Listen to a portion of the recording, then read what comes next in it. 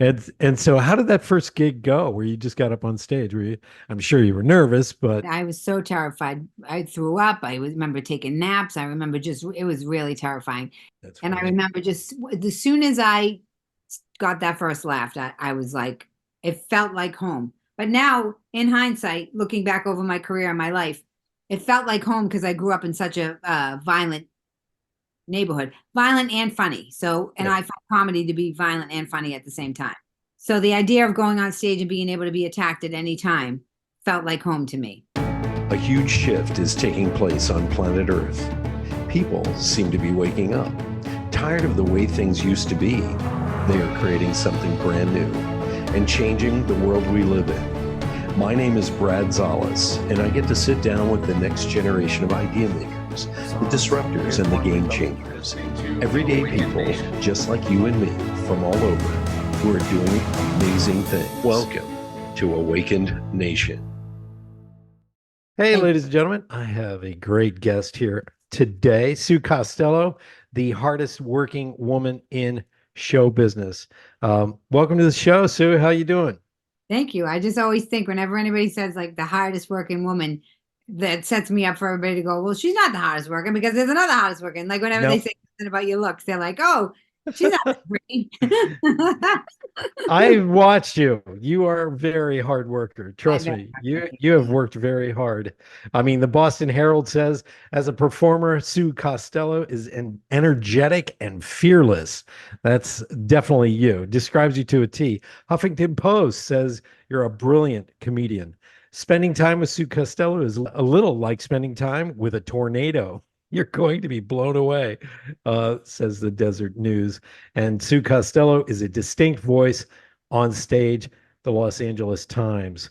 Um, I'm just jazzed that you're going to be on the show today because you have a one-woman show that you're doing. You produce, you act, you do everything in your TV show. I've watched you grow as a performer as well. Let's get started. Sue Costello, how did you get started in comedy? Well, Kevin Chapman got me started. Kevin Chapman's an actor, and he was on Person of Interest for a while. He's been in tons of movies, but he wasn't in the movies at the time. He just lived in my neighborhood, and everybody had always told me that I should do comedy. Like even when I was a kid, I used to put on shows. I would be in the variety shows. When I was in the band, I would put on sketches. I would put together. I produced a show at the Pine Street Inn. Like they were, we were going to feed them corned beef, cabbage, and yeah, corned beef and cabbage for St. Patrick's Day. And we were in the eighth grade, and I was like, well, they need a show. I was like, they don't get to go out and have entertainment. We have to put together a show. So I put together a whole variety show for them at the Pine Street Inn. So I've always been, and I used to put on shows with my family. I would make them laugh. So I always had that in me, but I didn't have the guts. Stand up to me was not. And even though I used to listen, I mean, it's funny because even though I used to listen to Bill Cosby's album all the time when I was a kid, I never Yeah. made the connection completely You know until that Kevin Chapman told me to do stand up. Everybody had told me in college, you're funny, you got to do stand up. And I was terrified. I was like, I'm not doing that. But Kevin Chapman signed me up for a contest, a comedy contest. Isn't it hilarious that you can be in the middle of something and not realize you're it? You're the one who should be doing this. Yes. And so how did that first gig go where you just got up on stage? I'm sure you were nervous, but Terrified. I was so terrified. I threw up. Remember taking naps. I remember just, it was really terrifying. And so I looked like a boy when I was little, and they called me Buford. And so my act was all about how they used to whip acorns at me and just how, just like, but I dressed like Buford on stage. that's And I funny. remember just as soon as I got that first laugh, I was like, it felt like home. But now, in hindsight, looking back over my career and my life, it felt like home because I grew up in such a violent neighborhood, violent and funny. So, and Yeah, I find comedy to be violent and funny at the same time. So the idea of going on stage and being able to be attacked at any time felt like home to me. And I was in school for acting at the time. I went to school for theater. that's funny. Not funny, but funny. There, Logically, I would have been just an actress, but because the stand-up reminded me of the danger of home, I kind of went yeah, that way. So it's not a good home. yeah. But I do love this about you. You didn't try to change your accent. You didn't try to change yourself. You came out swinging. And that's what I love about it. When did you start to kind of feel like, hey, I'm a professional now? Well, I was always inhibited in terms of emotionally being able to handle success. Like I knew my weaknesses. So when I moved from Boston to New York, I didn't want I kept doing open mics. I was a middler in Boston.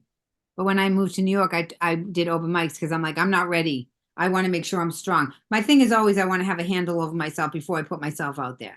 So by doing the open mics in New York, I knew I could get strong enough and then put myself out there. But by accident, Mark Maron was hosting a show downtown called the Luna Lounge. It was like an Yeah. edgy alternative show, and his flight got canceled. And I didn't know that until years later that it was Mark that was the missing piece that caused it. But Artie Lang told me on the podcast that Mark's flight had gotten canceled. So all the people, all the industry that were there came to Yeah. Caroline to the new talent showcase because they were already out anyways, and they Yeah. saw me.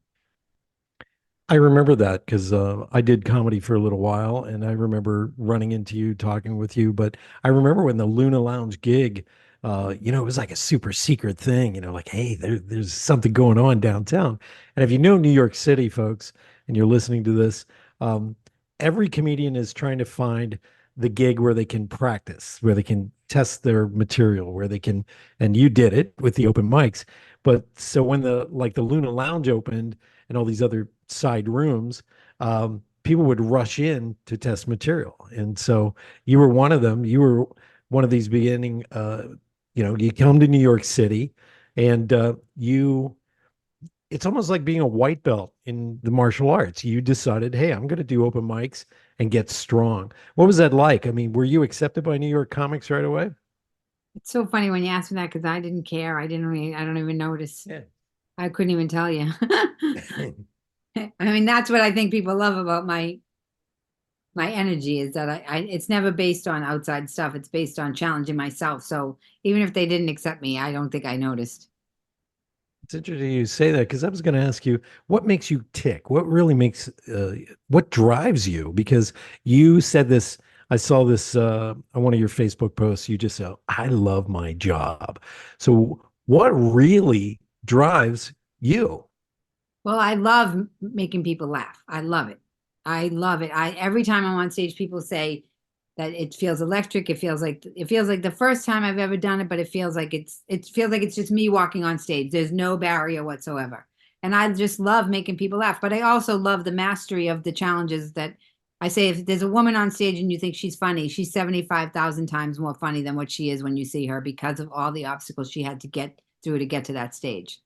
Yeah. So I've always, since I was a child, I've always seen that boys got treated better. And I always wanted to overcome that within myself. I wanted to see how, because I was never going to settle for that. I wasn't going to accept that. Yeah. You're a warrior. I see that. And that's why I wanted you on Awakened Nation. Folks, you're listening to Sue Costello. You probably have seen her on television. She's been on CBS, TV pilots, co-creator of her own self-titled television series, Fox's Costello, which she is also the producer. Sue has appeared on countless television shows, including NYPD Blue and Comedy Central's Tough Crowd with Colin Quinn. I love that show when it was on. She has served as a guest host on NBC's Later, performed on Comedy Central's Premium Blend, and made it to the finals of NBC's Last Comic Standing. Sue is also a panel member of Comics Unleashed with Byron Allen. She also appeared twice on Mark Maron's WTF. That's three times now. Sorry to correct you, but that's three times. I did it three times. Three times. Woohoo. You were on with Jim Gaffigan as well. And most recently, something happened on the Mark Maron show. You said they edited something out. Am I correct on that? And it's funny that you say that the Jim Gaffigan part, me being with Jim Gaffigan is so random and was not part of the deal when we did the Oh, interview. really? So that was my third interview with Mark. So I have a trust with Mark. I already did two of them. I know how it's supposed to go down. This time was different. This time he had me do it in New York instead of LA in his studio. We did it in a hotel room. And when I got to the hotel room, he turned the mic on right away and he was very aggressive with me. And I remember thinking, what is going on here? Right. That he started the show. He didn't even give me a second to like sit down or anything. And he just kept coming at me and kept coming at me, kept coming at me, kept coming at me. And he knew we were going to talk about my woman's work. He knew we were going to talk. It was right in the middle of Me Too. He knew I was going to talk about all of, stuff that I had suffered in my career. He wanted that. And in the meantime, I was negotiating with CBS for my pro-woman TV show. So he interviewed me. And when I left, I emailed his producer, Brendan. And I said, don't edit one tiny bit of that, because everything that I said was in reaction to how aggressive, Mark was to me. So I didn't, and he said, don't worry, we don't edit anything. And then the podcast was supposed to drop in June, which is when the month around where I had, it might've been May when we did the interview. And then he sent me an email saying it's going to be postponed till July. I think it was July 25th was what they were going to postpone it. And I was like, okay, I didn't know why they were postponing it. And then so it dropped on the 25th of July in 2017. It was with Jim Gaffigan, which I was like, why am I with Jim Gaffigan? And when I listened to the podcast, he had edited out all my negotiations with CBS and all my pro-woman talk. And Wow. when I went to Brandon after that, I said, Brandon, you edited this. And that's why you put Gaffigan on there, because it wasn't long enough. You put us together. I'm like, where does this all come from? Why did you move it? Why did you put Gaffigan on with me? And why did you lie to me? Why did you tell me that you weren't going to edit it?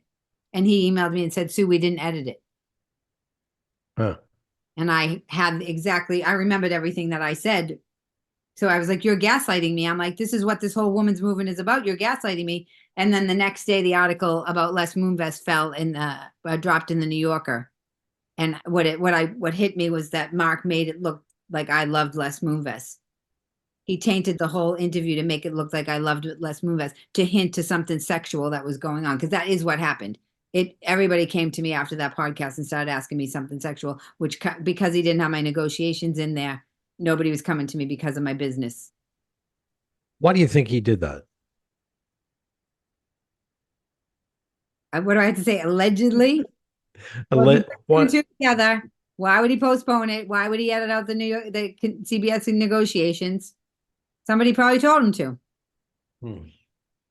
And then he sent me and the biggest thing is he sent me the unedited version once I stuck up to them that Friday. So I have the unedited version. So when it comes time for me to prove it, I'm going to prove what they edited. And I have all the emails of him saying we didn't edit it.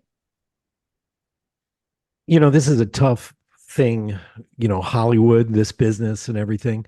Why do you think you're attacked so much? Because I am serious. You are one of the hardest working comedians, period, that I've ever seen. Why the hell does this go on still in this day and age where women are kind of pushed down, pushed to the side, and don't get their due, is the way I look at it. What was happening with me was that CBS was trying to steal my pro-woman show and frame me as a sexual victim. They were trying to frame me as somebody looking for money for sex with Les. That's what they were doing. And Mark aided and abetted that. Whether he knew what he was doing, whether he didn't know what he was doing, he aided and abetted that, because the guy from New York Magazine was about to write a story about my show, my pro-woman show. I was executive producer, I was writer, I was star, which is unheard of. I had a great deal. This was my third deal with CBS. So it was my third WTF and my third deal with CBS. So both of these people I had already built a trust with. So anybody would say, oh, why'd you do business with them? Because that's what they say. So it's funny because it's not sexual, but it has all the sexual undertones of, like, you go into a room with a man that you trust. I went into the room with Les Moonves. I went into the room with Mark Maron, and they did fuck me, but they did it business wise.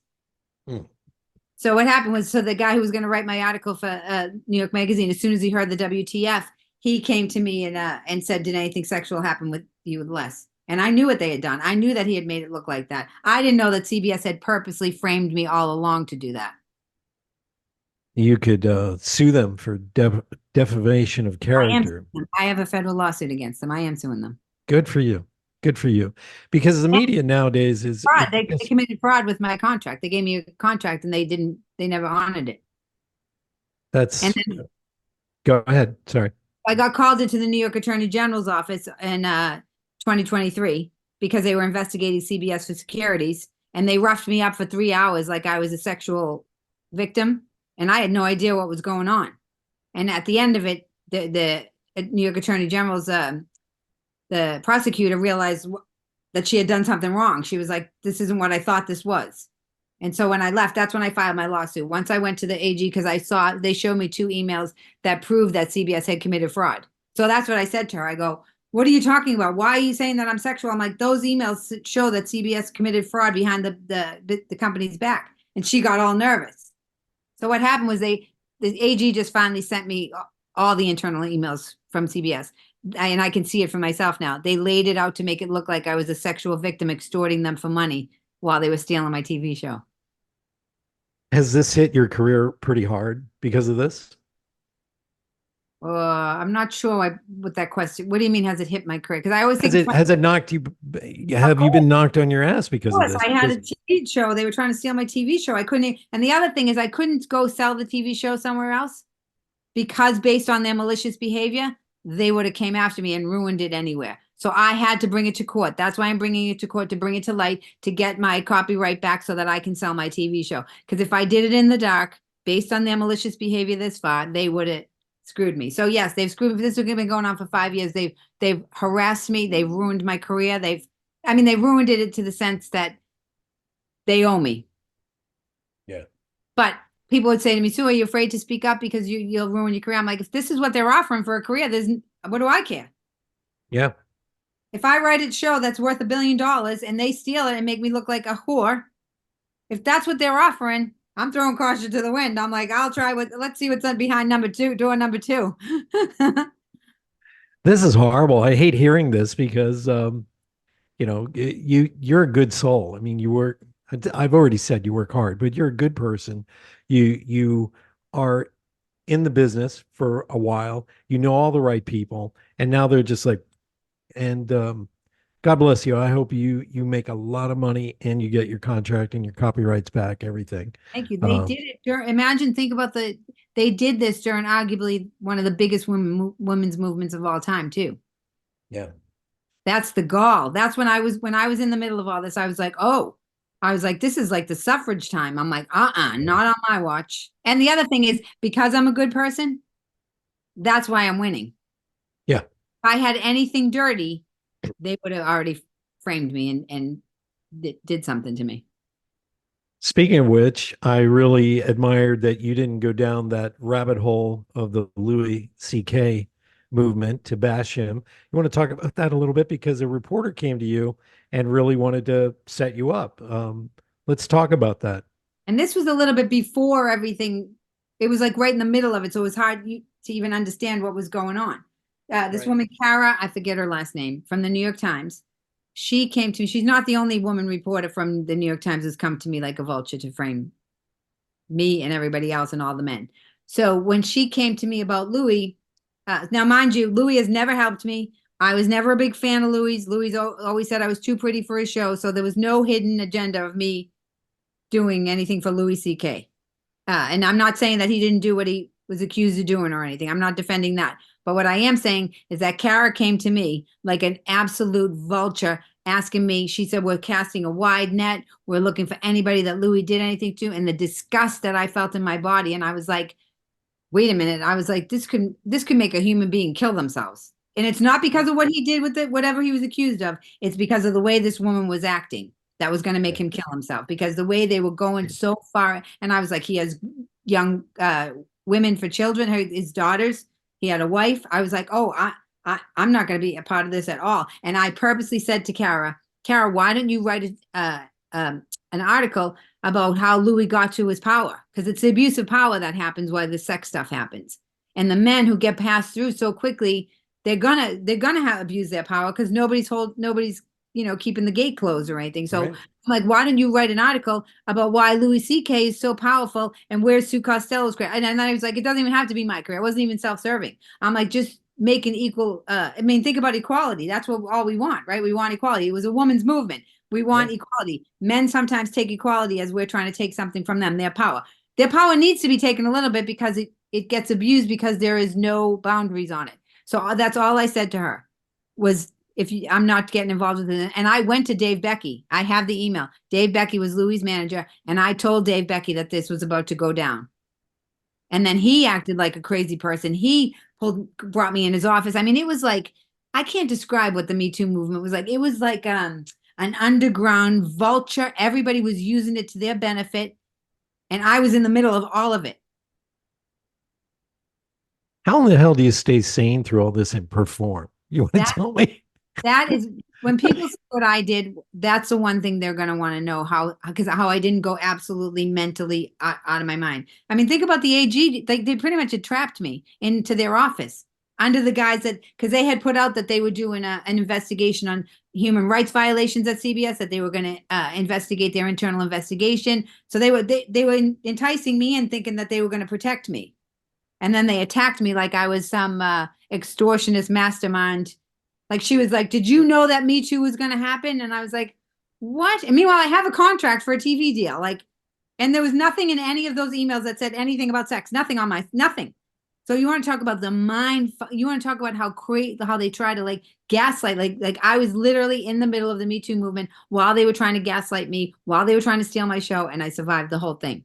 So what she would say to me, she's like, "Did you know that the Me Too movement was going to happen?" And my brain would go, "Even if I did, how did I get a meeting with Les Moonves?" Right. I mean, the way they weren't seeing, I had a private meeting with Les Moonves because of my talent, because of my TV show. And nobody was even looking at the fact that I had the power to have have a meeting with this guy. They were just looking at all the sex. So that's what my whole story is going to show, how disgustingly everybody was just trying to get everything for sex. I couldn't even get an attorney because they were like, "Do you have any sex in your stories? In your story, those girls are getting $3 million. Do you have any sex?" And I was like, "What is going on?" I hope you do a movie about this. I'm gonna do the movie about it, and I'm telling you, and I know who I'm gonna have play the lady in the AG's office because I'm gonna make a comedy out of it because tragedy plus time equals comedy. Exactly. And the other thing is, they would love if I was like in pain right now, and if I was miserable, and that's why you said, "How do you keep it together?" Because that's what they want women to do. They wanted me to get miserable. They wanted me to look crazy. They wanted me to be like take myself out. I mean, I wouldn't even be surprised if sometimes they hope that you suicide yourself. I Yeah. mean, you hear this stuff, but I lived it. Sue Costello, you are a warrior. I don't know how you haven't had a nervous breakdown. Um, let's talk about this a little bit more. I mean, in this day and age, it's astounding to me. I work in the corporate space where everybody's, they're trying to have inclusivity and women in leadership roles. And then All I a hear lie. your It's all a story. show. All a show. They're not really Yeah. doing anything. If you look at Mark Cuban talking about the DEI, they're all trying to talk to cover their asses. They're all making money just from the show of the equality. It's not real. Like if you think about the talent agencies, what did they do? They took the black employees that were assistants and made them go into a video and pretend that they were agents. Yeah. The Whitney put together a pro black like a black artist exhibit during the BLM movement. But the art that they put up was bought from auctions around the country where black artists donated their art. Yeah. So they got the money on the art on the cheap and then put up a show pretending that they were pro black. And the same thing's going on with the women. Where are the activists from Me Too? Where did it go? What's happening? Yeah. It came and went. I mean, it would literally. Back because it's going to backfire because this is what I want to say this very clearly. What the bad guys do is they frame the women for their badness, and then the good guys blame the women. And they've done this through television. I mean, the men have been in charge of all the content that you absorb. So men have been trained for years. Women are whore, women are no good, women are like that. And so I lived what they've done to women for years. But I didn't let them do it to me because I have a TV show. I have no whore. I have none of that stuff. I don't have any, so they can't get me. I admire you for that. You've stayed the course, and it's not rough. If I can send you a virtual hug, because this is a lot of BS, and I think we're being raw. It's time to stop bullshitting the public. Let's get raw about this. And the That's how I look at financial abuse is what needs to be talked about. Not only the financial abuse, CBS used Me Too as a distraction from their illegal merger. So I was the micro inside the beast. They were trying to frame me as a Me Too victim to steal my idea. But the bigger picture was They were focusing on the Les Moonves stuff to distract from their illegal merger so that they could manipulate the stock market. And I'm thinking, from where I'm sitting, I think everybody fell for it except for me. Because you're wicked smart. I am wicked smart. And also, this is my first time around the rodeo. And I knew I had a good show. I'm like, everybody was foaming at the mouth over my show. And I'm like, and then they're like, we're not interested. And I'm like, you're not interested? Then why you keep calling me? They did this whole thing. They would call me, then they would say they're not interested, and I'd go, okay, bye. And then they'd call me again. Then they'd tell me to have a meeting. Then they robbed me. They physically robbed me of my idea in their offices. Intellectual property. If they can steal it and they can make millions, we're talking millions billions, in advertising dollars, billions. Yes. No, from the back end of owning it. So it's the advertising, but now what's happening is the legacy media companies, they can't compete with the streaming unless they own all of it. It used to be the production company and the network would be two separate entities. Now they're doing it all in-house. Disney's doing it all in-house. CBS, Paramount doing it all in-house. So what they wanted with my shows, they wanted to take it and own it themselves and make the money on the advertising and on. It sucks. Really is. Good news is I caught them. Is that I caught them. Yeah, that's what, because they would continue doing this if you hadn't stood up and you didn't show the series of emails and the correspondence and the contract. So and then I would have been complicit, but I would have been complicit to all the women that got hurt after me too. Yeah. Not even under my own advocacy. Like I wouldn't even been able to under my own agency. They were trying to make me do that without me even knowing what was happening. And Mark Maron aided and abetted that. Do you think he knew he was doing that?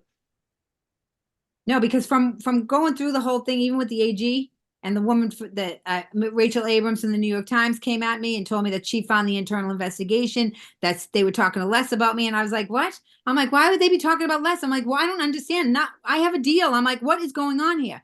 I think what they do is the puppeteers, they don't tell these other people what's going on. Yeah.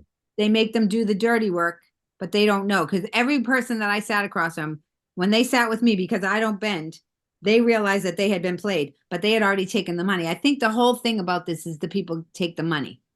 Yeah. So they pay you and you don't know what's happening. So if CBS paid, if I had done my deal with them, like if I had sent them my script before the Les Moonves article came out, which I didn't need to send it before it came out. It just so happened I waited and then it came out and then I knew something was wrong and then they didn't honor it. So I was smart to do that. But if I had done that, then I would have just looked like some loser who my deal didn't work out. That's how insidious and how disgusting and how in the belly disgusting, how gross they are and how they have no respect for women whatsoever. They don't.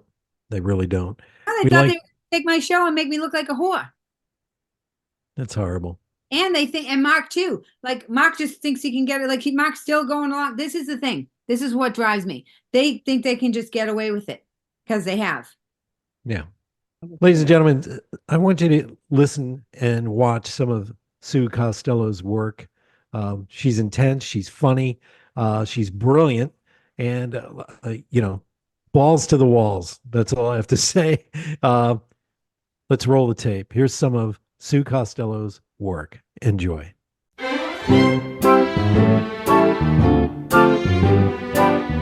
Well, I've always been funny since I was a little kid. I think I developed my sense of humor because I had a lazy eye and a patch and glasses, and I was really nerdy. So I developed a sense of humor to get people to like me. And I've always wanted to do stand-up, and I was terrified to do it. And I went to UMass Boston for theater, and I had this friend sign me up for an open mic night at Duck Soup, and I did my act in front of my theater class, and they were like, "Ooh, you're not really that good." And I went and I did my act, and I think I got zeros in everything for material and for whatever else but I got a 10 for stage presence. And once I did the stand-up, I was like bit, and I was like, I need to do this. I don't want to get old. I want to be shot in the head on my 80th birthday. I do. I think that's a perfect age. You know, and I want to know why? Because I never want to get so old that I can't pluck that one billy goat hair out of my chin. You know what I'm talking about. It's either here on your chin or on your cheek. It's like one of those wires from the SOS pad. It's like just one little. You don't even notice it till like halfway through a conversation. You look out of the corner of your eye. I had a sitcom named after myself. It was called Costello. I wanted to continue on with what I was trying to do with the sitcom, so I sat down and I said, let me write this one-person show. The name that I've settled on is minus 32 million words because I read an article in the New York Times. It said poor kids have 32 million less words than rich kids. And when I read that, I thought, oh, that makes sense why we used to swear all the time and why we would use racist terms and why we only use short, like curt, nasty words because we didn't know how to express ourselves. And so it really struck me as like, that doesn't seem fair. Because I always used to say, why don't we love each other? Who cares about money? Even when I had my TV show, I made a lot of money and people would say, well, you're going to want a plane and you're going to want a boat and you're going to want this. And I used to be like, no, I'm not. I don't want that. I would rather have love. I would rather communicate with somebody. I'd rather feel happy. I wanted to write a show that mimicked life. And sometimes you can be laughing really, really hard and something tragic happens out of nowhere and you have to deal with it. But then after a while, the tragedy, no matter how tragic it is, it lifts. And I always say, and I even said it to my friend this weekend, I said, why? Why do we all keep going? And she was like, I don't know why. And I'm like, because that's the part of the line in the show where I think that hope is always stronger than fear. Because why would we? And so that's what the whole show is about. Like, no matter what happened, and I show all of the good, the bad, the ugly that happened to me. And the question is like, well, why did I keep going? And why do I keep trying to change as a person and, you know, make my life a little better? I wrote the show so that people would come into a theater, a dark theater, and be able to feel feelings that they've never allowed themselves to feel.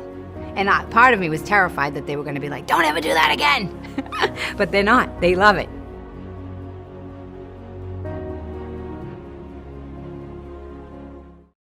So I've watched you grow as a comedian, as a performer, and let's talk a little bit more about your career because you've had some great shows that you've been on. NYPD Blue. Can you talk about some of these? What it was like to act with like true professionals, really be in there in the trenches? I was in The Fighter with Christian Bale. I was in a movie with Laurence Fishburne.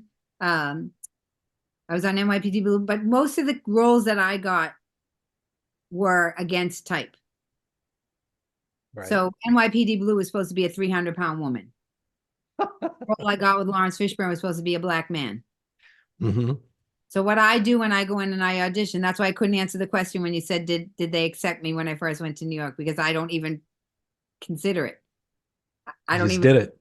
Yeah, and so when I went in for the audition for and also I got the movie Pushing Tin. I couldn't do it because I was doing Costello, but that was supposed to be a musclehead woman. And I weigh like a soaking wet. So the NYPD Blue, she was supposed to be heavy. So I figured I'm not heavy. So why don't I just be annoying?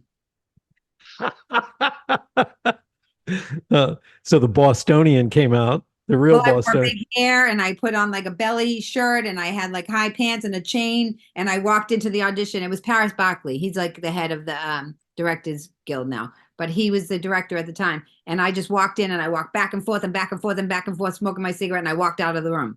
And they were like, what did we just see? And then the audition. But I never knew that people didn't do this. I only knew what I was doing. I didn't know. So I was bringing something totally different and authentic than I had seen and all the time. Yeah. But there were times like I didn't have the experience or the self-esteem at the time to really know what I was doing. Well, the way I look at it is this: you were incredibly creative and you created a character. Yes. And when you walk into auditions, I mean, I've had this experience. If I see that the part is funny, I walk in very seriously. And then when they start the scene, then I explode. And a lot of times the casting directors, and I'm explaining this to the audience more than you know this. The casting directors all of a sudden look up and they go, whoa. It began. So you walking in and just pacing back and forth with the cigarette, you created a very memorable character. And they probably sat there and just went, holy crap, we gotta change this whole script because Sue Costello is in the house. Well, that's what happened with Pushing Tin. So Pushing Tin, I went in and I just joked around. I didn't think it's because it was Billy Bob Thornton and John Cusack who had been cast already. So in my head, I'm like, I'm not going to be in a movie with Billy Bob Thornton and John Cusack. So I went into the audition and I wore a little tiny tank top that said Cranky on it. And I did the entire audition like posing like a bodybuilder. And I was just totally I was joking around. And I leave and they call me and they say, Mike Newell loved you. You have to fly to Toronto to meet him. So now the stakes get higher because I'm like, oh my gosh, now I really have to like show up.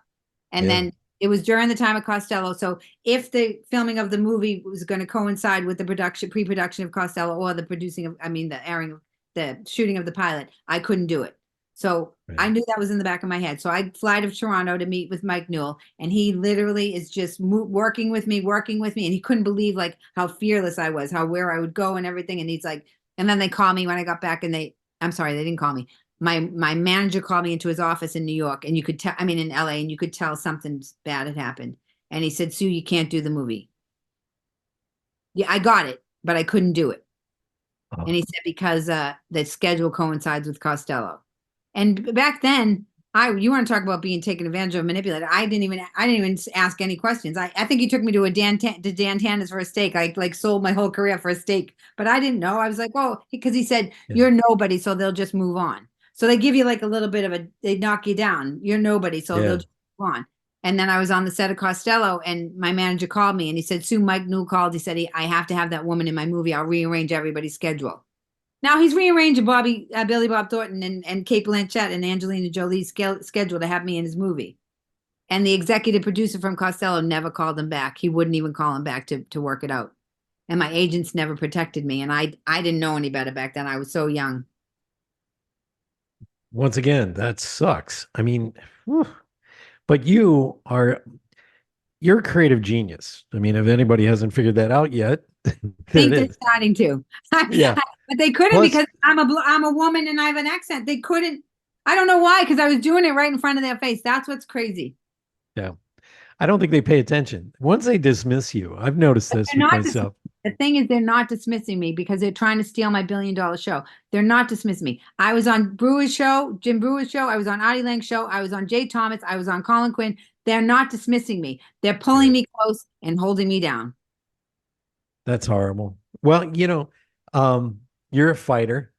I don't know if I pronounced that right. I don't have a Boston accent, but I think your growing up the way you did gave you the power, the chutzpah, the strength to go through these trials and tribulations. And I guarantee you're going to have that big breakout role, that huge mega role, because you're already doing it.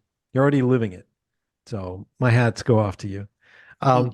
Was there anybody that you worked with that you just really enjoyed working with? Christian Bale.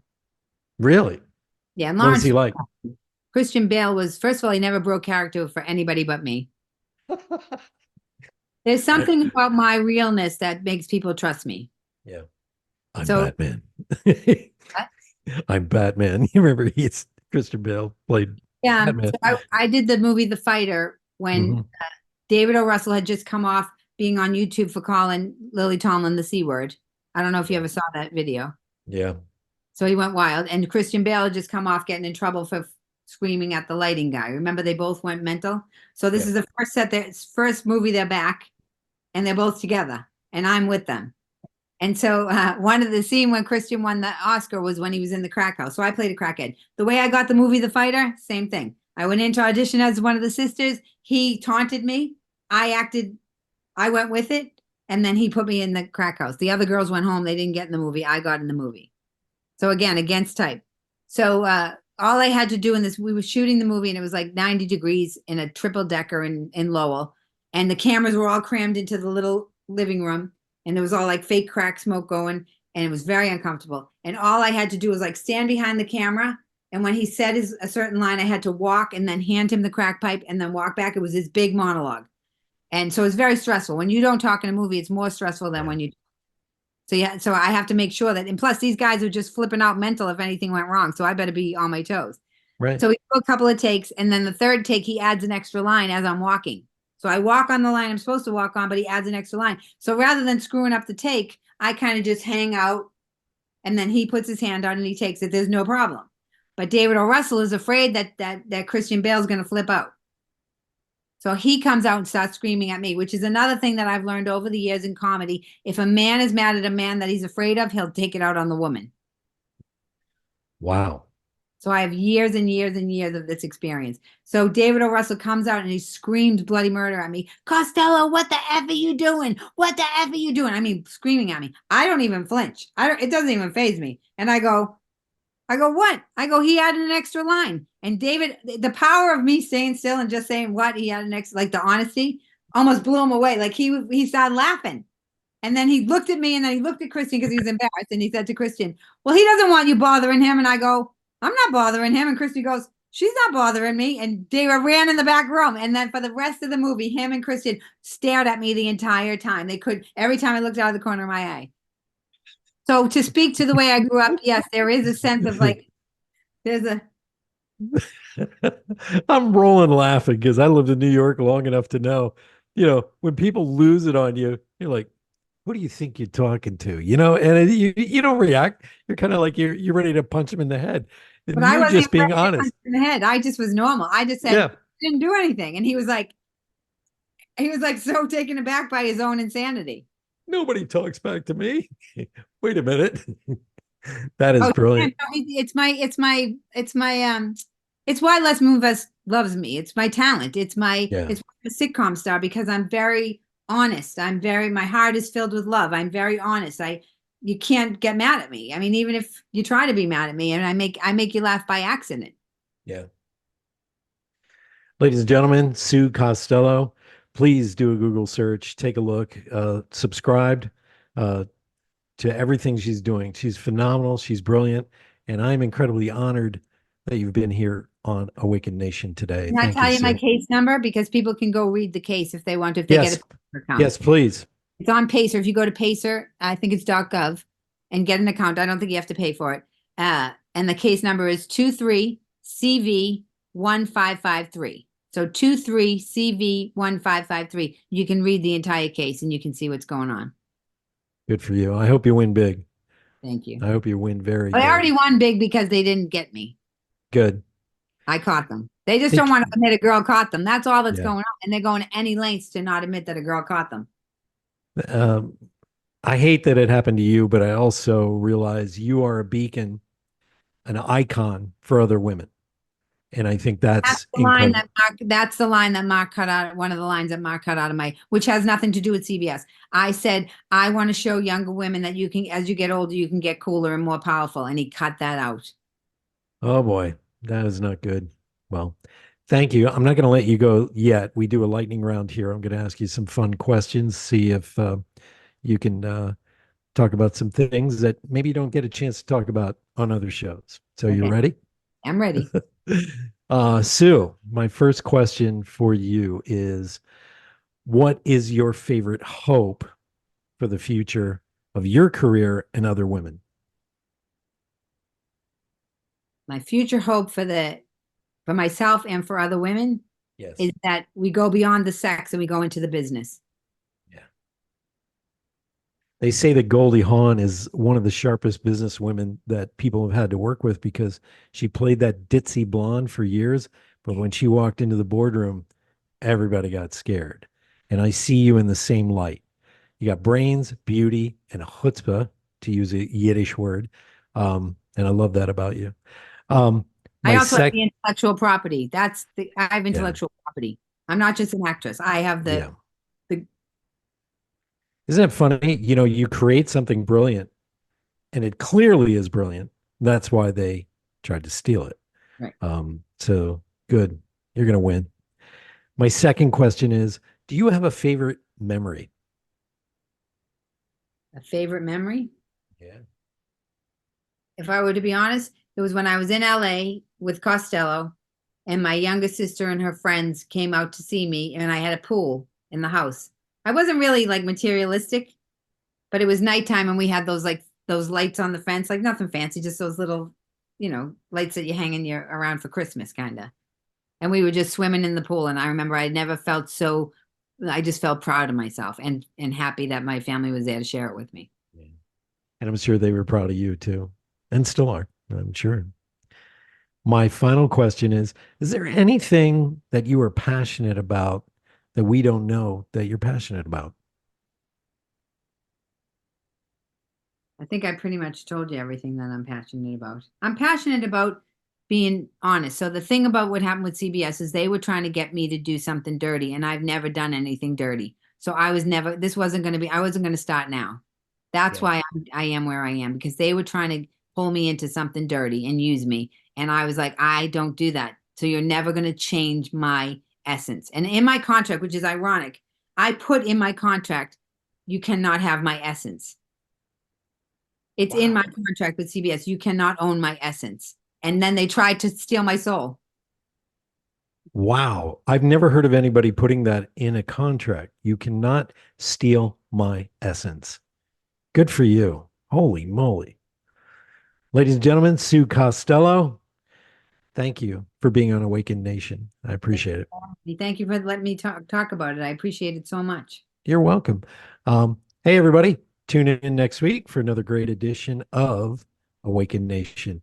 Bye-bye for now. Thank you so much for being a big part of the Awakened Nation movement. This is how you can help me and our extraordinary guests. If you guys enjoyed this episode, please share it out on Facebook, Twitter, and Instagram. And let's grow this movement by word of mouth. Our success will be because of you. Thank you, and see you next week.